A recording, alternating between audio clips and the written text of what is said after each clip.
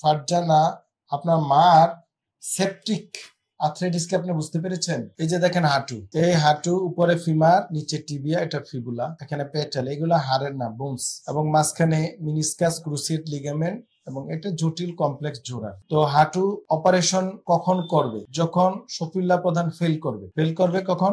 চিকিৎসা দিলাম, ভালো হয়ে গেল, 2-3 বছর গেল, রোগ আরো বাড়তেছে, ভালো হচ্ছে না, খারাপের দিকে যাচ্ছে, তখন যদি আমি মনে করি অপারেশন করার দরকার, তখন আমরা অপারেশনে পাঠাই। কিন্তু আপনার মার ক্ষেত্রে একটু ভিন্ন জিনিস। আপনার মার বলছেন আপনি septic arthritis. What is septic? Septic means infection, sepsis হয়ে যাওয়া, পুজ হয়ে যাওয়া, জোড়ার মধ্যে ইনফেকশন হয়ে যাওয়া।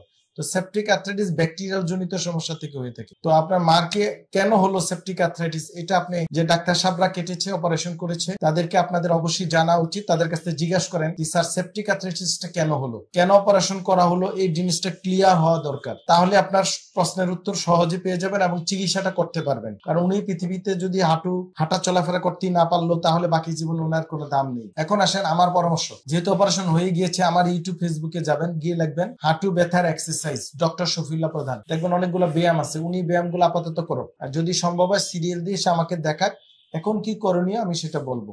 আশা করি উত্তর পেয়েছেন। ডিপিআরস লিমিটেড, আস্থা, বিশ্বাস ও নির্ভরতায় অবিচল।